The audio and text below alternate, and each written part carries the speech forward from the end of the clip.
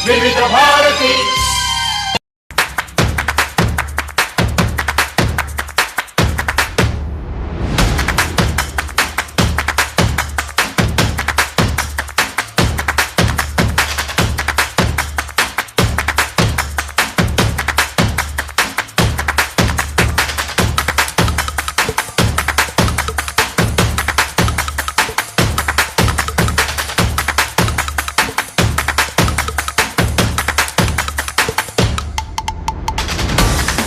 विविध भारती की स्टूडियो में इस समय हमारे साथ हैं गायिका मधु लखोटिया। मधु जी, बहुत बहुत स्वागत है आपका। Thank you so much. Thank अब यू। देखिए, मैंने कहा कि गायिका मधु लखोटिया मौजूद हैं तो इससे लोगों को लगेगा कि आप सीधे सीधे गाने गाती होंगी, लेकिन आपको ये बताना होगा कि दरअसल आप यहाँ क्यों मौजूद हैं और वो क्या चीज़ है जो आपको दूसरे गायक गायिकाओं से अलग बनाती है। नमस्कार जी, थैंक यू सो मच। मैं उल्टा गाना गाती हूँ। कोई भी गाने को, हर शब्द को उल्टा करके वो गाना उसी सुर ताल लय में मैं गा सकती हूँ। इसके लिए मुझे काफ़ी सारे अवार्ड्स मिले हैं, काफ़ी सारे रिकॉर्ड बुक्स में मेरा नाम दर्ज हुआ है। बस बात यह है कि मैं पहले सीधा गाती हूँ, उसी के बाद उल्टा गाती हूँ, तो मेरे दिमाग में सब रिकॉर्ड हो जाता है। तो इसके लिए मेरा नाम Limca book of records, India book of records, Asia book of records, London book of records, USA book of records और इंटरनेशनली प्लीज बिलीव इट और नॉट में भी मेरा नाम रजिस्टर हो गया है। अच्छा, तो बात ये है कि लोग सीधे गाने गाते हैं जी। लेकिन आप उल्टा भी गाती हैं। हाँ जी, हर शब्द को उल्टा करके उसी सुर ताल लय में मैं गा सकती तो हूँ। इसकी एक मिसाल दीजिए ना, फिर आगे की बात करते हैं। जी, जैसे मेरा नाम मधु है तो उसको उल्टा करेंगे तो हिंदी में धूम हो जाएगा। तो उसी तरह से हर शब्द को उल्टा करती हूँ। जैसे ये गाना है, जी। यार बिना चैन कहाँ रे,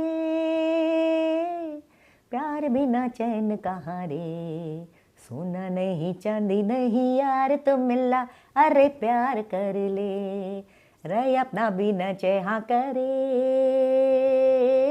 रया ना बिना चेहा करे, ना सोही नदी चाही न रया तो लामी रे अरे रख ले।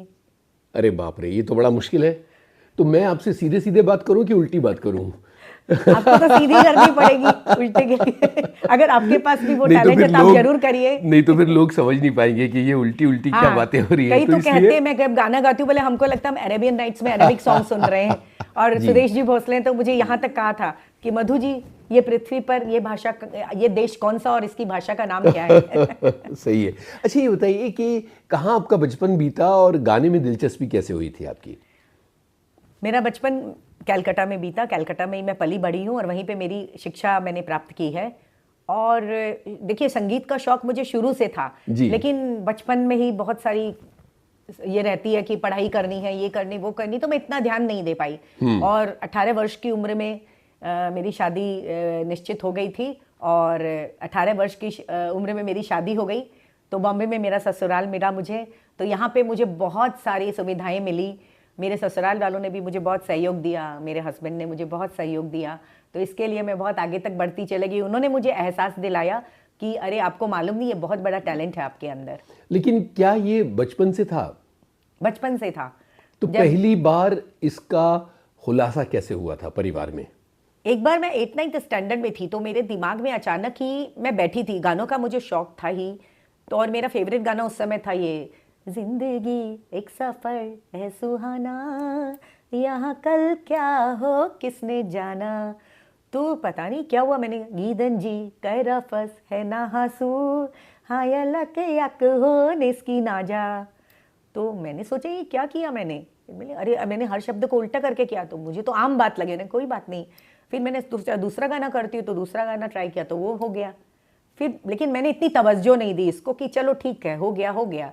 आई डोंट नो कि ये बहुत बड़ा टैलेंट है मेरा। तो परिवार वालों ने क्या कहा इस बात पर? मेरे जो मम्मी पापा इन लोग थे बहुत साधारण मतलब व्यक्तित्व के थे। तो ठीक है ना, तुम कर लेती, कोई बात नहीं। उनको ऐसे समझ में नहीं आया, ये चीज़ समझ में आने में उनको बहुत लेट हो गई। बाद में समझ में आया उनको ये बात। अच्छा, जब स्कूल के प्रोग्राम्स वगैरह होते थे तो क्या तब भी आप ये अपना हुनर दिखाया करती थी वहां पर? नहीं, मैंने कुछ सोचा ही नहीं था कि ये कुछ है मेरे पास टैलेंट। उस समय मुझे किसी ने एहसास ही नहीं कराया। अच्छा, चलिए, इसको मैं खेल समझती थी क्योंकि मैं जब फ्रेंड्स के साथ अंताक्षरी खेलती थी तो सब इतना जरूर बोलते थे कि तुमको तो डबल फायदे हैं, सीधा में नहीं आए तो तुम तो उल्टा अक्षर से गाना शुरू कर दोगे। मान लीजिए कि स्कूल में या कॉलेज में कोई फंक्शन हो रहा है तो उल्टा नहीं गाती थी, सीधा तो गाती होंगी? हाँ, सीधा गाती थी ना मैं। वो तो मुझे बहुत शौक है, अभी तक मुझे ये शौक है। अच्छा। गाने का बहुत शौक है मुझे, जी, सुनने जी, का जी। और गाने का। मुझे ये गाना बहुत पसंद है। और हंसता हुआ नूरानी चेहरा, काली जुल्फे रंग सुनहरा, तेरी जवानी तौबा तौबा रे, दिलरुबा दिलरुबा दिलरुबा दिलरुबा। वाह वाह वाह, क्या बात है। तो सीधा सुनते हैं इस गाने को जी। क्योंकि हमारे यहाँ ऐसी कोई व्यवस्था नहीं है कि रिकॉर्ड उल्टा बन सके। जी, तो जी। सीधा ही सुनते हैं इस गाने को। उल्टा तो मैं ही सुना सकती हूँ आपको। देखिए, सीधा तो सुन लिया हमने ये जी, गाना। जी। अब इस गाने को उल्टा सुनाइए आप, जी जरूर, क्योंकि हमारे पास ऐसी कोई टेक्नोलॉजी नहीं है कि हम इस गाने को उल्टा बजा देते। गाती हूँ। तासाहु नीरानु राचे लीका फेलजू गन्रहनसु रीते निवाज बातो बातो रे, बरुलदी बरुलदी बरुलदी बरुलदी। ओहो, तो ये तो बड़ा ही खतरनाक टाइप का टैलेंट है। शादी होके जब आप मुंबई आ गई और आपने अपने पतिदेव को अपने इस हुनर के बारे में बताया तो उनका क्या रिएक्शन था? उन्होंने ही तो मुझे बढ़ावा दिया। उन्हें लगा कि अरे तुमको पता नहीं है कि तुम्हारे पास क्या है। अच्छा। तब उन्होंने मुझे से हुनर का एहसास मुझे करवाया, तब मुझे पता चला। तो इसके बाद धीरे धीरे ऐसे ही मेरी सिस्टर इन लॉ है, ननद थी मेरी, उन्होंने भी मुझे बहुत एनकरेज किया। तो एक बार सोनी चैनल में एक प्रोग्राम आने वाला था, सोनी टीवी चैनल शुरू ही हुआ था उस समय जी। उसमें था ये हमसे बढ़कर कौन। तो उस प्रोग्राम के लिए ऑडिशंस चल रहे थे, तो उनको पता चला। तो मेरी सिस्टर इन लॉ ने मुझे कहा कि मधु भाभी आप जाइए और वहाँ पे आप ट्राई करिए। तो वही मुझे लेकर गई और मैंने वहाँ ट्राई किया। तो उन्होंने मुझे ले लिया उस प्रोग्राम में। तो क्वार्टर फाइनल, सेमीफाइनल, फाइनल तक पहुँच गई मैं। अरे वाह वाह वाह। जी जी जी। तो मतलब ये है कि धीरे धीरे सफर की शुरुआत हुई। वाह वाह। तो धीरे धीरे आप इस तरह से आगे बढ़ती चली गई हैं। वहाँ जब टेलीविजन के ऑडिशंस हो रहे थे और जब आपने उल्टा गाया तो कौन लोग जजेस थे और उनका क्या रिएक्शन था? शान थे, और जो सीता बनी थी रामायण में दीपिका जी थे। जी जी। तो शान तो जब मैंने गाना शुरू किया तो शान तो खड़े होके नाचने लग गए थे। उनको तो बहुत ही अच्छा लगा। जी जी। तो बहुत अच्छा हुआ मेरा, मतलब मेरा ये एक्सपीरियंस मैं बयान नहीं कर सकती आपको। अच्छा, जब टीवी पर ये एपिसोड आ गया हमसे बढ़कर कौन का, तो शोहरत किस तरह से बढ़ गई? उस समय नहीं बढ़ी इतनी, क्योंकि एक ही प्रोग्राम हुआ था, तो रिकॉग्निशन, पहचान बनाने में समय भी लगता है ना। जी जी। तो उसके लिए मैंने बहुत कोशिश की। फिर मेरे नंबर्स मैंने चैनल्स वालों को दिए और वो आगे फिर आगे चलते चले गए। जी टीवी में फिर शाबाश इंडिया प्रोग्राम हुआ, वहाँ उन्होंने मुझे बुलाया। तो वहाँ पे भी फिर मेरा Hussain was the host of that show. अच्छा अच्छा। तो वहाँ पे भी मुझे बहुत अच्छा रिकॉग्निशन मिला।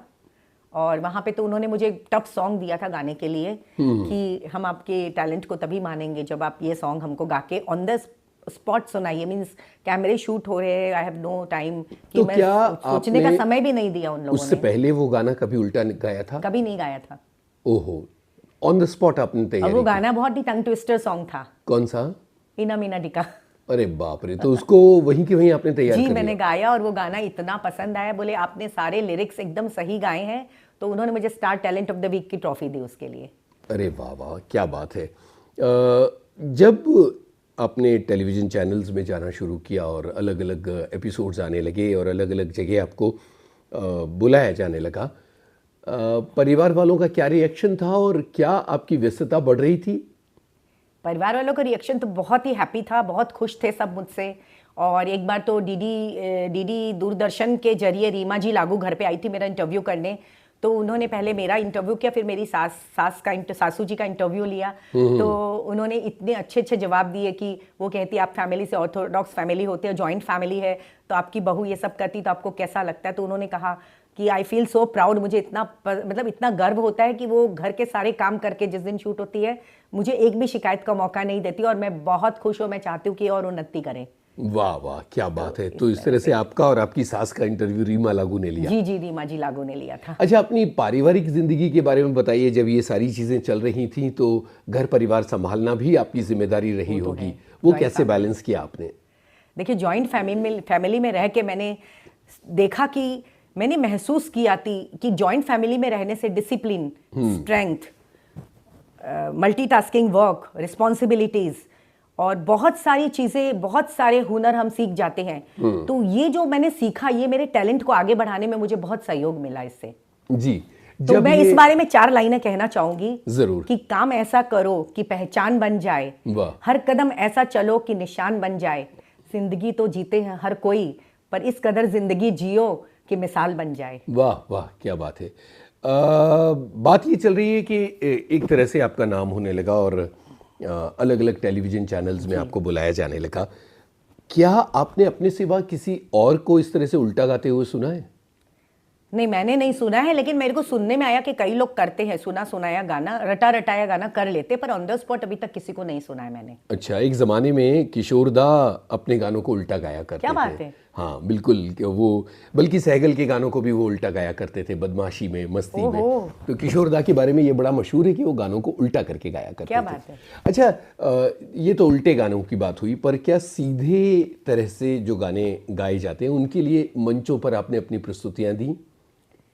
हाँ, मिले, मुझे कई मंच मिले, लेकिन सब लोग यही चाहते थे कि मैं मेरा हुनर ही उन्हें दिखाऊं। हाँ। तो किसी को इंटरेस्ट नहीं था, बोले सीधा गाने वाले तो बहुत सारे मिल जाते हैं पर आपके जैसा, जैसे मुझे बहुत सारे सेलिब्रिटी सिंगर्स के साथ गाने का मौका मिला, जैसे शान, श्रेया घोषाल, उदित जी नारायण, रूप जी राठौर, सुदेश जी भोसले, सोनू निगम।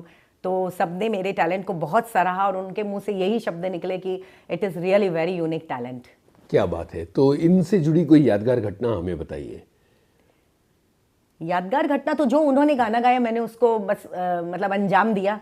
अच्छा, उन्होंने जो बोला मैंने वही गाना गाया। जैसे उदित जी ने मुझे भोजपुरी गाना बोला, ये नैन लड़ जाई है तो मनवा माँ कसक होइबे करी, ये तो बड़ा मुश्किल काम दे दिया उन्होंने तुरंत गाया और मैंने तुरंत इस चैलेंज को एक्सेप्ट किया और मैंने वो गाना गाया। अच्छा, और बाकी सिंगर्स ने क्या चुनौतियां दी आपको? जी, सुदेश जी ने दिया कि देखिए मेरा तो एक अवार्ड विनर गाना है, वही मैं गाऊंगा, जुम्मा चुम्मा दे दे। अब इसको उल्टा गाना बड़ा मुश्किल है। नहीं, इसको मैंने कभी गाया ही नहीं था और उन्होंने जब मुझे चैलेंज दिया तो मुझे इसे एक्सेप्ट करना पड़ा और मैंने गाया इस गाने को भी। तो जब भी कोई आपको कोई चैलेंज देता है तो दिमाग में क्या चल रहा होता है उस वक्त? किस तरह से आप सामने ऐसे शब्द दिखने लग जाते हैं कि शब्दों की मतलब ऐसे ऐसे पूरी सामने एकदम छवि आ जाती है मेरे सामने शब्दों की, और मेरे लिए तो बहुत ये इजी काम होता है। मुझे ऐसा लगता ही नहीं कि it is so very difficult जैसे अच्छा। सब कहते हैं वैसे। लेकिन एक मैंने है ना एक मैंने अभी खोज की है कि अपने भारतीय हिंदू संस्कृति में एक अद्भुत साहित्य, बहुत ही अद्भुत साहित्य देखने को मिलता है। तो ऐसा एक प्राचीन ग्रंथ है राघव यादवीयम। तो इस ग्रंथ की विशेषता यह है कि इसमें 30 श्लोक है। तो संस्कृत के ये श्लोक अगर हम सीधा पढ़े तो उसमें एक कथा निकलती है और उल्टा पढ़े तो उसमें दूसरी कथा का वर्णन मिलता है। तो इसको अनुलोम विलोम काव्य भी कहा जाता है। तो इसको अगर हम सीधा पढ़ेंगे तो ये रामायण का आभास कराता है, और इसको अगर हम उल्टा पढ़ेंगे तो कृष्ण भागवत कथा का आभास कराता है। अरे वाह वाह वाह। तो ये मैंने जब देखा तो मैंने कहा ये तो प्राचीन काल से चली आ रही है ये परंपरा। तो ये पता नहीं भगवान की एक बहुत बड़ी देन है जो मुझे मिली। बिल्कुल बिल्कुल। जाइए आप कहाँ जाएंगे, ये नजर लौट के फिर आएगी, ये नजर लौट के फिर आएगी। दूर तक आपके पीछे पीछे, दूर तक आपके पीछे पीछे, मेरी आवाज चली जाएगी। जाइए आप कहाँ जाएंगे, ये नजर लौट के फिर आएगी, ये नजर लौट के फिर आएगी। भाई आशा जी का ये गाना तो हमने सुना, लेकिन अब जब भी आप कोई गाना सुनाती हैं तो ये लगता है कि उसको उल्टा भी सुना जाए, तो अब ये गाना उल्टा भी सुनाइए। ये जाबा आहा कगे जा, ये रजन तलो के रफिगिया, ये रजन तलो के रफिगिया, रदुकत के पाछे पीछे पी, रदुकत के पाछे पीछे पीरी में जवाली चगी जा। क्या बात है, क्या बात है। तो मतलब ये है कि कोई भी गाना जो आप गाती हैं उसको उल्टा भी गा लेती हैं, जी, हर कोई तरह भी के गाना। गानों ये तो को। मैंने पहली बार ही गाया। अच्छा अच्छा जी। अच्छा, ये बताइए किस तरह का रियाज आपको करना पड़ता है इस सब के लिए? इसके लिए मैंने देखिए क्लासिकल भी क्लासेस की है, सुरेश जी वाडकर की आजीवासन म्यूजिक क्लासेस मैंने की है, तो 4 ईयर तक मैंने की थी वो क्लास। अभी 5th ईयर में अभी मैंने बंद कर दी है। अच्छा। तो उससे मुझे काफ़ी सहारा मिला गाने में, बॉलीवुड सॉन्ग्स में, क्योंकि अगर हम ABC ही नहीं सीखेंगे तो हम वर्ड्स कैसे बनाएंगे। तो क्लासिकल सीखना कोई भी गाना गाने के लिए एक बहुत जरूरी एक पिलर होता है वो। बिल्कुल। देखिए, क्लासिकल सीखना और सीधे गाने गाना अपने तरह से एक बात है, लेकिन जब किसी गाने को उल्टा गाती हैं तो उसकी धुन को कैसे मेंटेन करती हैं, मैनेज करती हैं? धुन अपने आप मेंटेन हो जाती है ऑटोमेटिकली। मुझे ऐसा कुछ एफर्ट नहीं लेना पड़ता उसके लिए। अच्छा, ये बहुत ही मज़ेदार बात है, क्योंकि जब संगीतकार गाना बनाता है और गीतकार गाना लिखता है तो जाहिर है कि वो ट्यून के मुताबिक काम किया जाता है। तो जब उसको उल्टा किया जाता है तो वर्ड्स यहाँ के वहाँ हो जाते हैं और उस पर ट्यून को कायम रखना थोड़ा ज़्यादा मुश्किल काम है। क्योंकि शब्दों को उल्टा करती हूँ, धुन तो वही रहती है, तो मुझे धुन में वो शब्द को ऐसे बिठाने रहते हैं, जैसे लिरिसिस्ट बिठाते हैं वैसे मैं उसको बिठा लेती है। Yes yes. अच्छा, ये बताइए कि रेडियो से आपका किस तरह का ताल्लुक और आपकी यादें रही? ये आपने मेरा पसंदीदा प्रश्न पूछा है मुझसे जी। कि देखिए, रेडियो विविध भारती मैं बचपन से सुनती आई और बड़ी हो गई हूँ इसी को सुन के, क्योंकि हम जब छोटे थे उस समय कोई डिजिटल, कोई रेवोल्यूशन था ही नहीं, कोई TV, no mobile, no TV, no iPad, no anything, only radio was a medium of entertainment. तो हम विविध भारती मेरा पसंदीदा चैनल था, तो उसके फरमाइशी गाने, फौजी भाइयों की फरमाइश, हवा महल, सब बहुत चीज़ें मतलब ऐसी थी जो हम कान लगा के सुनते रहते थे उसमें। यहाँ तक कि क्रिकेट की कमेंट्री भी हम उस समय उसी में सुनते थे, क्योंकि टीवी नहीं आया था। बिल्कुल सही है। तो आज मुझे लगा कि आज मैं बचपन से जिस चैनल को सुनती आई और उस चैनल पे मेरा इंटरव्यू हो रहा है, तो ये मेरे लिए बहुत प्राउड की बात है। हाँ, बिल्कुल बिल्कुल। तो विविध भारती के जो सुनने वाले हैं उनमें से कई लोग होंगे जो ये सोचते होंगे कि भाई ये तो हम भी कोशिश करके देख सकते हैं, तो किन चीज़ों का ध्यान रखना चाहिए, कैसे गाने को उल्टा किया जाता है, इस हुनर के बारे में बताइए। इस हुनर के बारे में तो मैं बता सकती हूँ, लेकिन लेने वाले समझ नहीं पाएंगे कि मैं वैसे ही हर शब्द को उल्टा करती हूँ। जैसे ये गाना है बाबूजी धीरे चलना, हाँ। तो बाबूजी जी बूबा धीरे रेधी चलना नालच, तो वो आपको दिमाग में उसी समय एकदम ऑटोमेटिकली आना चाहिए। ये बहुत फास्ट आना चाहिए। रेधी नालच रयप में प्यार में, रयप में जरा संभलना राजा नालम बस। अरे बाप रे। हाँ बड़े धोखे हैं, हाँ रे बखे दो है तो है ही रहेगा इस प्यार में, सही रयाप में तो में ही रहेगा, इसका सही हो गया, प्यार का रयाप हो गया। तो मैं तो सबको चैलेंज करती हूँ कि मैं आपको लिख के गाना देती हूँ, आप उसको रिवर्स पढ़ो, अगर एक भी शब्द गलत निकला तो मैं एकदम जो बोले वो हार जाऊंगी। तो ये क्योंकि लोग बोलते हैं कि आप क्या गा रहे हो, हमको पता नहीं चलता, आप गलत भी गा सकते हो, लेकिन मैं सबको बताती हूँ कि अगर आपको मुझे चेक करना है तो आप अपना सीधा गाना की लिस्ट लेकर बैठिए अपने साथ। अच्छा, ये कैसे हुआ होगा? मतलब ये आपकी जन्मजात प्रतिभा है या ये किस तरह से डेवलप हुई होगी? ये मेरा जन्मजात, ये ईश्वर की देन है, मैं तो इसे गॉड गिफ्ट ही मानती हूँ, क्योंकि इसके लिए मैंने कभी कोई प्रयास ही नहीं किया, ये अपने आप दिमाग में मेरे आता चला गया। जी जी। जब लोग इसके बारे में जानते हैं तो हमेशा हर व्यक्ति एक कौतूहल से, एक आश्चर्य से देखता होगा, तो किस तरह से आप उनको ये बता पाती हैं कि आपके लिए बहुत सहज और नॉर्मल चीज़ है? जिस तरह से अभी आपको मैंने बताया कि मेरे लिए सहज है। हाँ। मैं उनको यही कहती हूँ कि मुझे, तो उन्होंने कहा कि नहीं हम तो काफ़ी कोशिश किए पर हमसे नहीं हुआ, अगर हम शब्द करते तो धुन आगे चली जाती है, शब्दों के ऊपर ध्यान देते हैं और धुन पे ध्यान देते हैं तो शब्द बीच में समझ में नहीं आते हैं, तो इन दोनों को लेके बैलेंस करना तो ये सबके बस की बात नहीं है। अगर कोई रट्टा मार के करना चाहे तो बेशक वो 1-2 गाने कर सकते हैं, लेकिन सारे गाने करना तो ज़रा मुश्किल काम है। ये रात भीगी भीगी ये मस्त फिजाएं, उठा धीरे धीरे वो चांद प्यारा प्यारा, क्यों आग से लगा के गुमसुम है चांदनी, सोने भी नहीं देता मौसम का ये इशारा। वही ये गाना सुन लिया, अब इसको उल्टा सुनाइए। जी। ये तारागी भीगी भी ये तस्म इजाफी ठाऊरे धीरे धी बुद चरायप रायप युक गा असी गलके मसुमगु है नीदजा नेसो भी न तादे मसमो का ये रशाई। क्या बात है। अच्छा मुझे ये बताइए कि ये टैलेंट तो डेवलप हो गया और धीरे धीरे आपकी अलग अलग जगहों पर एक तरह से लोकप्रियता भी बढ़ती चली गई, लेकिन ये रिकॉर्ड बुक्स में नाम आना किस तरह से शुरू हुआ?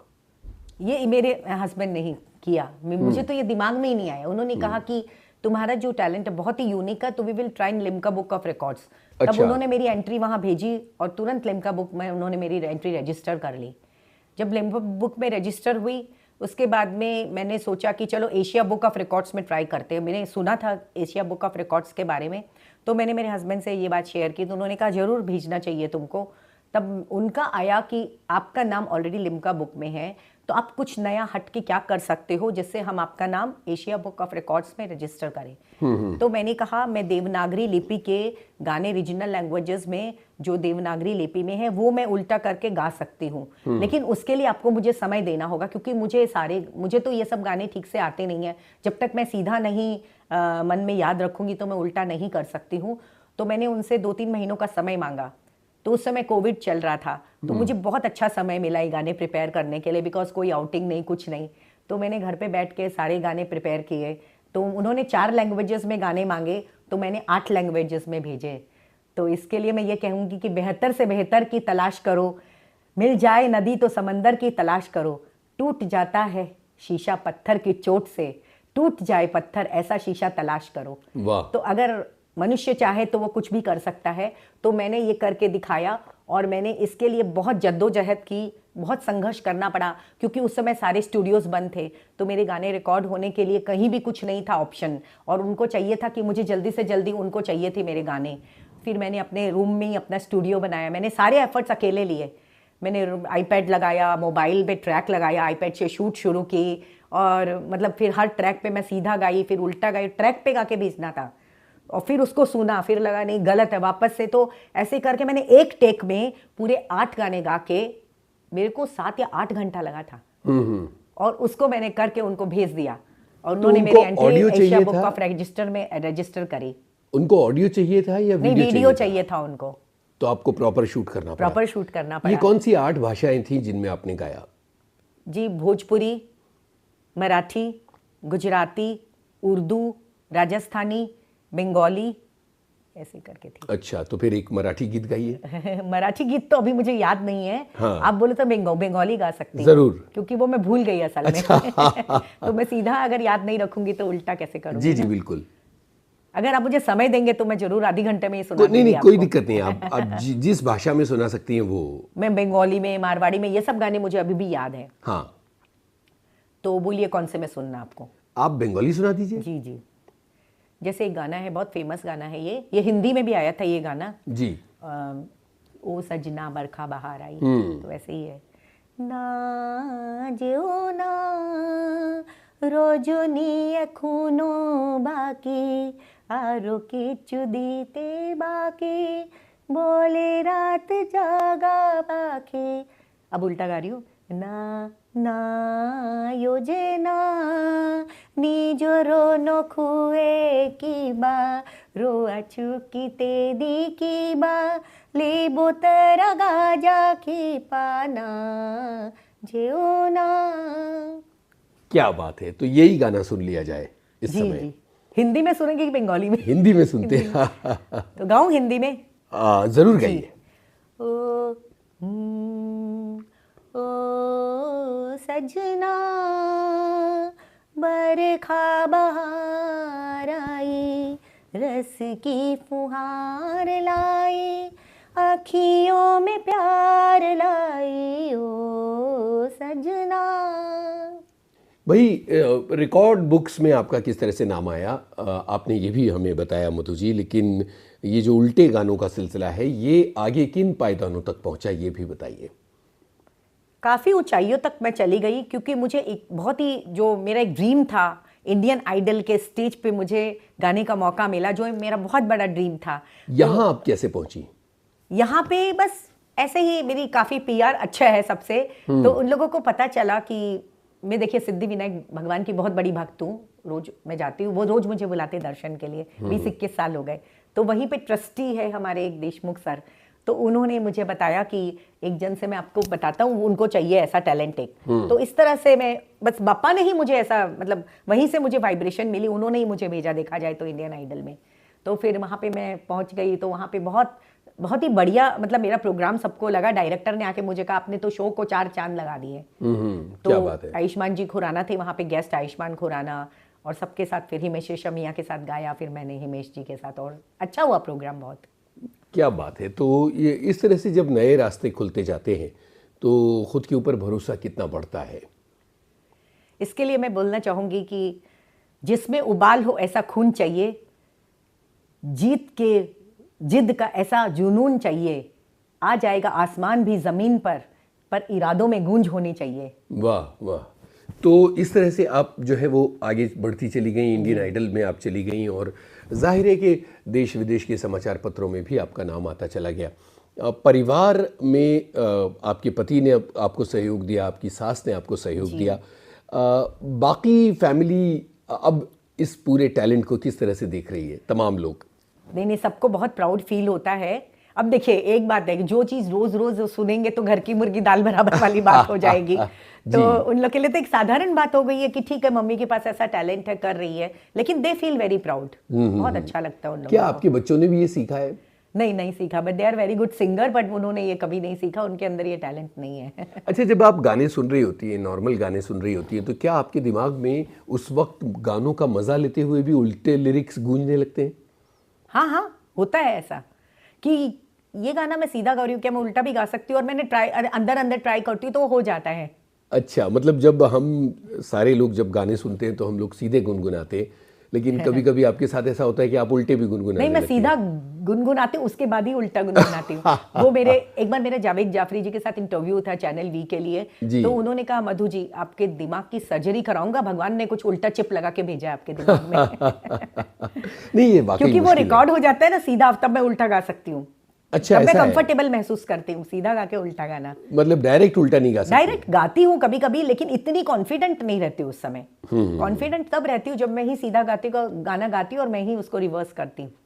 अच्छा, तो मतलब ये है कि जब आप सीधा गाती हैं तो आपके दिमाग में वो लिरिक्स जो हैं वो उल्टे भी आ जाते हैं? जी। और उसके बाद वो प्रोसेस होते हैं? उसके बाद वो सेट हो जाते हैं। अच्छा, क्या बात है। अच्छा, ये तो गाने की बात हुई, अब खाने की बात की जाए जी। तो खाने की कौन सी चीज़ें आपको पसंद है और कौन सी चीज़ें आप बहुत बढ़िया बनाती हैं? देखिए, खाने की, देखिए, मैं तो शुरू से, हम लोग खाना हाथ से ही बनाते हैं, हम लोग जॉइंट फैमिली में रहे हैं, तो खाना तो मैं हर तरह का बना लेती हूँ, और आजकल तो इतने अच्छे निकल गए, यूट्यूब में देख के आप बना सकते हो। लेकिन काफ़ी सारी डिशेज़ है जो मेरी बहुत फेवरेट है, मेरी बेक डिश सबको बहुत पसंद आती है, और चूरमा दाल बाटी जो हम लोगों का राजस्थानी खाना, वो भी मैं बहुत अच्छा बना लेती हूँ। और तो देखो, आप खाएंगे, आप ही बताएंगे, मैं मेरे मुंह से मेरी क्या तारीफ करूँ। अच्छा, जब खाना बन रहा होता है तो साथ में गाना चल रहा होता है क्या? जरूर। अरे, ये आपने एकदम सही, मतलब मैं अगर किचन में एंटर की तो मेरा रेडियो सामने होता है। अच्छा। और मैं उसको चालू करके ही, और मेरे को एकदम थकान का अनुभव नहीं होता उस समय, और खाना भी इतना मीठा और स्वादिष्ट बनता है बिकॉज उसमें गाने का तड़का लग जाता है। अच्छा, ये बात है, क्या बात है। गाने के बिना मैं खाना बना ही नहीं सकती हूँ, शुरू से मैं किचन में गाना शुरू करके ही खाना बनाती हूँ। अच्छा, जब आप बर्थडे पार्टीज में, शादियों में, पारिवारिक उत्सवों में जाती हैं, अंताक्षरी वगैरह हो रही होती है, या संगीत की संध्या हो रही होती है, तो फिर तो लोग आपसे फरमाइश करते होंगे जी, सब बोलते हैं, अरे तुम्हारा प्रोग्राम कब है, हम तब तक रुकेंगे, उसके बाद चले जाएंगे। ऐसा सबको लगता है। मैंने कहा, भैया ऑर्गेनाइजर बताएगा कब है, बोला नहीं पहले करवा लो, हमको जाना है, हमको तो तुम्हारा सुन के ही जाना है। अच्छा, और अंताक्षरियों में भी आप उल्टा गाती हैं? अंताक्षरी में तो सारी टीम में मेरे को ऐसे इधर से खींचाता नहीं चलती, तू मेरी टीम में आ जा, तू मेरी टीम में आ जा। अच्छा, क्या बात। मैंने अन्नू कपूर अंताक्षरी में मैंने पार्टिसिपेट किया था, मैं फर्स्ट रनर अप थी। अच्छा, रेडियो पे जो होती ना, उसमें फर्स्ट रनर अप थी। बहुत ही बढ़िया है। अच्छा, बताइए, आप कौन सा गाना सुना जाए? अब ये गाना गाइए, सुनना चाहेंगे, ये मेरे बहुत दिल के करीब है। ये रातें, ये मौसम, नदी का किनारा, ये चंचल हवा, कहा दो दिलों ने कि मिलकर कभी हम न होंगे जुदा। भाई ये गाना आपने सीधा सुनाया, अब जैसा कि मैं हमेशा कर रहा हूँ कि सीधा गाना जी, सुनने के जरूर। बाद उल्टा तो मैंने सुनते ही है। शुरुआत मैंने सोची मैं गा देती हूँ, लेकिन मैंने कहा नहीं, फरमाइश के बिना नहीं गाऊंगी। जी जी जी। ये तेरा ये मसमादी नकाराना की ये लचंचवा है, हाँ कह दो लो दीने के लमिरक रफी मह नगे हो दाजू। ये तेरा ये मसमादी नकाराना की ये लचंचवा है। क्या बात है। अच्छा ये बताइए, गाने के अलावा आपके और क्या क्या शौक है? गाने के अलावा शौक अभी ऐसा कुछ खास नहीं है, गाना तो मेरा प्रायोरिटी है ही। बस थोड़ा बहुत फ्रेंड्स लोग के साथ घूमना फिरना, बाहर जाना, ये शोज में जैसे बड़े बड़े शोज होते हैं, सिंगिंग शोज, वो सब में जाना, और सिद्धिविनायक मंदिर जाना बहुत बड़ा मेरा एक हॉबी है। जी जी, आपने उसके बताया बिना कि आप मैं- वहाँ रोज जाया करती हैं। रोज जाया करती हूँ, थोड़े बहुत पूजा पाठ ये सब कर लेती हूँ, उसमें मेरा थोड़ा अभी इंटरेस्ट आ गया है। जी, कोई इंस्ट्रूमेंट बजाती हैं आप? हारमोनियम बजाती हूँ मैं। तो हारमोनियम बजा के गाना जी, चलता बजा के रहता ही गाती हूँ मैं, नोटेशंस और सब करके फिर गाती हूँ, क्योंकि शास्त्रीय संगीत सीखने में हारमोनियम तो सीखना पड़ेगा ही। है। बिल्कुल। तो दिन में कितने घंटे रियाज होता है? 1.5 घंटे कर लेती हूँ मैं। अच्छा। 1.5 घंटा तो मतलब मुझे लगता है चाहे कुछ भी हो जाए, जहां भी हो, मेरे को 1.5 घंटा तो मेरे लिए खुद के लिए निकालता है, क्योंकि संगीत मेरी साधना है, मेरा पैशन है, मेरा मेडिटेशन है। तो संगीत जब आता है तो मेरे अंदर एक नई एनर्जी का संचार हो जाता है, नई शक्ति मिल जाती है मुझे। जी जी। अच्छा क्या आपने सोचा कि इस टैलेंट को नई पीढ़ी के किसी को सिखाया जाए, परिवार में या परिवार के बाहर, अपने दोस्तों रिश्तेदारों के बीच में? बहुत, मैं तो चाहती हूँ कि कोई सीखे, बल्कि मेरे तो फादर बोलते थे कि ना तू किसी को तो देख के जा, तेरी ये कला नहीं तो तेरे साथ ही चली जाएगी। अच्छा। लेकिन अभी कोई तैयारी नहीं हो रहा, बोले नहीं नहीं, सबको इतना डिफिकल्ट लग रहा कि हम नहीं सीख सकेंगे।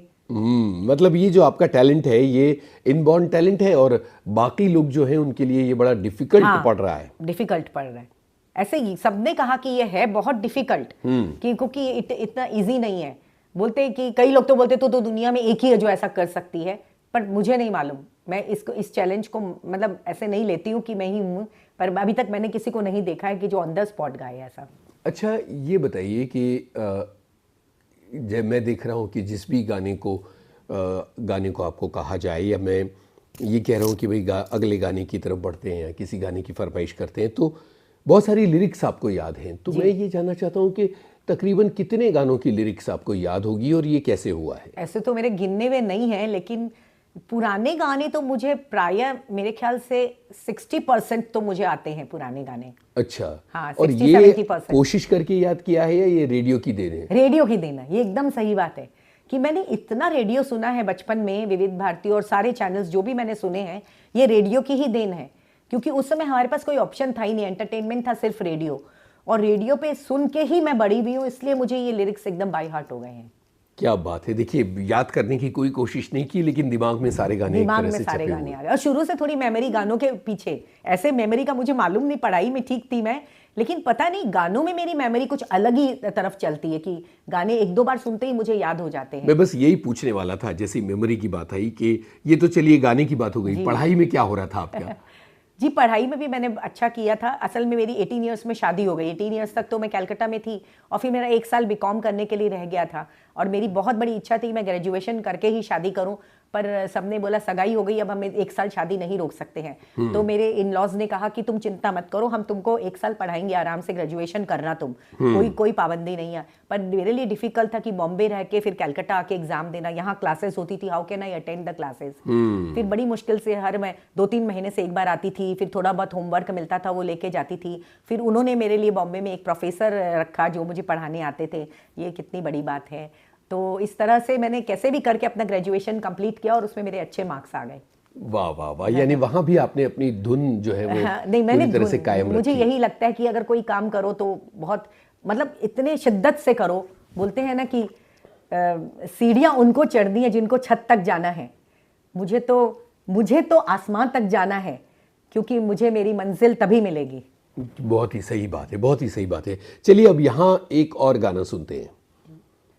कहीं दूर जब दिन ढल जाए, सांझ की दुल्हन बदन चुराए, चुपके से आए मेरे ख्यालों के आंगन में, कोई सपनों के दीप जलाए, दीप जलाए। कहीं दूर जब दिन ढल जाए, सांझ की दुल्हन बदन चुराए, चुपके से आए। वाह क्या बात है, बड़े बढ़िया गाने की फरमाइश की है। तो आज ये हुआ कि जितने भी गाने हम बजा रहे हैं, हम गाना सुनने के बाद ये कहते हैं कि आप उल्टा गाइए, तो जाहिर है कि ये गाना भी उल्टा सुनेंगे।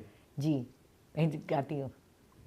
ही कर दू बज नदी लड़ये जा, झसा की नल हदू नदब ये राचू, के पुचू से ये आ दे मेलो याख के नग आमे, इको नो पस के पदिए लाज, पदिए लाज। ही कर दू बज नदी लड़ये जा। बहुत अलग अलग तरह के गानों को आप एकदम से उल्टा कर लेती हैं, ये बड़ी कमाल की बात है। अच्छा, क्या उल्टा जो लिरिक है वो डायरी में लिख के रखती हैं या दिमाग में चलता रहता है? कभी भी लिखना तो नहीं मैं है? कोई गाना ही नहीं गा सकूंगी, कितने हजारों गाने हैं। हाँ। तो कोई भी मुझे कोई भी गाना उस समय दे सकता है, तो हाउ कैन आई, मतलब मैं गा ही नहीं, ऐसे नहीं करती हूँ। ये सब याददाश्त के बेसिस पर है? अपने आप दिमाग में आ जाता है वो गाना। तो ये सिर्फ मुखड़ा अंतरा गाती हैं या सारे अंतरे गा सकती है? नहीं, सारे अंतरे अगर मुझे याद है तो मैं गा सकती हूँ। लेकिन गाने वही गाएंगी जो याद हैं?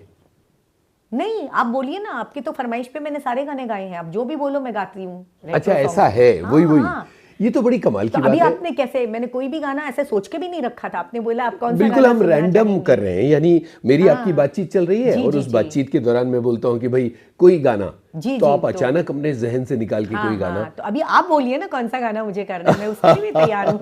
देखिए भाई, इस प्रोग्राम के प्रोड्यूसर जो जुबैर है ना, उनसे पूछते हैं कि कौन सा गाना गवाया जाए। अब वो बताएंगे कौन सा गाना गवाया जाए।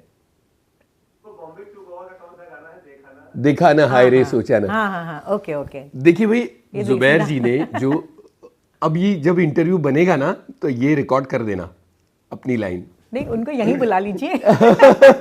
हमारे सामने ही आ जाइए ना। अरे वो यहाँ रहेंगे तो मुझे भी अच्छा लगेगा। बाद में कर रही, बाद में कर रही।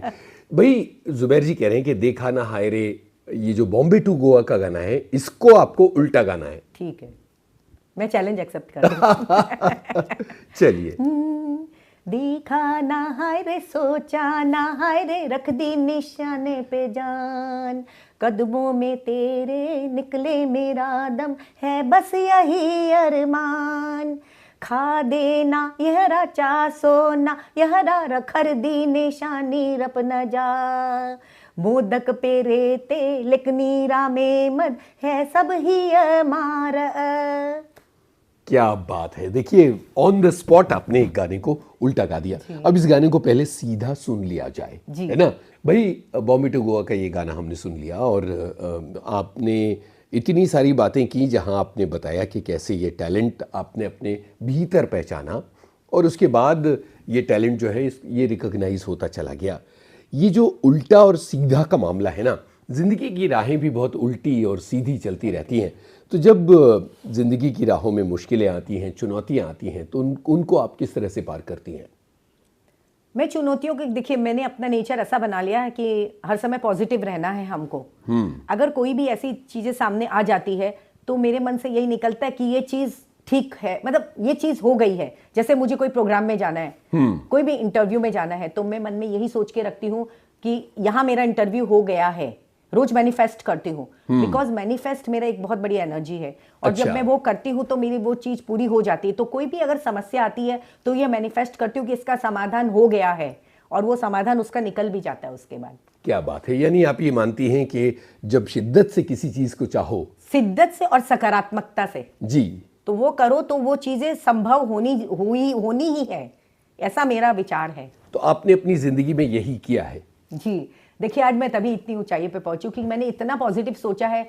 देखिए हर जिंदगी में सबके उतार चढ़ाव होते हैं अलग अलग, मेरे भी जिंदगी में बहुत सारे उतार चढ़ाव आए हैं, लेकिन उसके भी पार करके मैं आगे बढ़ती चली गई। अभी 3 साल पहले मेरे हस्बैंड मुझे छोड़ के चले गए, लेकिन उनके आशीर्वाद से, उनके जाने के बाद मैं और ऊंचाइयों पे पहुंचती गई, क्योंकि मैंने ठान लिया था कि अभी मुझे इस क्षेत्र में बहुत आगे बढ़ना है। तो मैंने अपने कदम पीछे नहीं हटाए और मैं आगे बढ़ती चली गई। अच्छा, बहुत सारी महिलाएं जो कि इस कार्यक्रम को सुन रही हैं, और कई ऐसी महिलाएं हैं जिनमें बहुत अलग अलग तरह की प्रतिभा होती है, लेकिन क्या होता है कि वो घर की चारदीवारी में जिम्मेदारियों के बोझ में दबी रह जाती है। ऐसी महिलाओं को आप अपने अनुभव की क्या बात कहना चाहती हैं? देखिए आपने ये जो प्रश्न पूछा, इसका एक नया अनुभव है मेरे पास में जी। कि अभी 3 साल पहले मुझे ब्रेनी ब्यूटी पेजेंट से एक निमंत्रण आया कि यू कम फॉर ऑडिशन, क्योंकि हम आपकी उम्र की महिलाओं का ऑडिशन लेके हम आपकी उम्र की महिलाओं का ब्रेनी ब्यूटी पेजेंट करना चाहते हैं। तो मैंने सोचा, मैं कुछ नया करने में बहुत बिलीव करती हूँ, तो मैं ऑडिशन में गई और मैं ऑडिशन में कामयाब हो गई। तो मुझे इंडिया ब्रेनी ब्यूटी पेजेंट का मंच मिला और उस मंच पे मैं टॉप 4 में आई, जो मैंने आज तक कभी ऐसा कुछ किया ही नहीं था। आज उम्र के इस मोड़ पे, आज मैं दादी हूँ 2 पोतों की, एक 7 ईयर्स एक 5 ईयर्स है मेरा। लेकिन मैंने ये नहीं सोचा, मेरे हस्बैंड ने कहा नहीं तुम जाओ आराम से, तुम्हारा मन है तो करके आओ। और मैं गई और इतना मतलब मेरे लिए इतना नया अनुभव रहा। तो मुझे यही लगता है कि मुझे नहीं मालूम था मेरे अंदर ये हुनर है। मैं हर महिला को यही बोलना चाहूँगी, आपको अपने हुनर की तलाश करके आगे बढ़ना है। तो मैंने अपनी तलाश की। मैं अगर सोचती कि नहीं मैंने कभी नहीं किया तो मैं क्यों जाऊं, लेकिन मैंने सोचा कि चलो नया कुछ सीखने को मिलेगा, इसलिए मैं उस प्लेटफॉर्म पे गई और मैंने अपने आप को प्रूव कर दिया और मैं टॉप 4 में आ गई। तो जब वहां पे मेरा जजेस ने इंटरव्यू लिया कि आप, यही सेम क्वेश्चन उन्होंने पूछा, तो मैंने कहा यत्र नार्यस्तु पूज्यन्ते रमन्ते तत्र देवता। तो मैं आज की महिलाओं को यही बोलना चाहूंगी कि प्लीज आप लोग घर से बाहर निकलिए, अपने हुनर को पहचानिए और आगे बढ़िए, क्योंकि भगवान ने हर एक व्यक्ति को एक एक हुनर दिया है। तो उस हुनर को आपको आगे बढ़ाना, ये आप पे डिपेंड करता है कि आप उसको कितना आगे लेके जा सकती हो। बहुत ही बढ़िया बात कही मधु जी। पहले सीधा फिर उल्टा। चलते चलते चलते चलते मेरे ये गीत याद रखना, कभी अलविदा ना कहना, कभी अलविदा ना कहना। रोते हंसते बस यूं ही तुम गुनगुनाते रहना, कभी अलविदा ना कहना, कभी अलविदा ना कहना। अब इसको उल्टा भी गा दीजिए। तीलच तीलच रेमे ये तगिदया नाहक, भीकदाविल अनानाहक, भीकदाविल अनानाहक। तेरो ते सह सब यूं ही मतु, तेना गुनाहर, भीकदाविल अनानाहक, भीकदाविल अनानाहक। कभी अलविदा ना कहना, कभी अलविदा ना कहना। थैंक यू, नमस्कार। बहुत बहुत शुक्रिया मधु जी कि आप विविध भारती के स्टूडियो में आई और इतनी सारी बातें आपने हमसे की। बहुत धन्यवाद। और आपका भी बहुत बहुत धन्यवाद यूनुस जी कि आपने इतना सुंदर इंटरव्यू लिया और मुझे बोलने में आपके सामने जरा भी हिचकिचाहट नहीं हुई। आपके प्रश्न बहुत ही सुंदर थे। Thank you ji.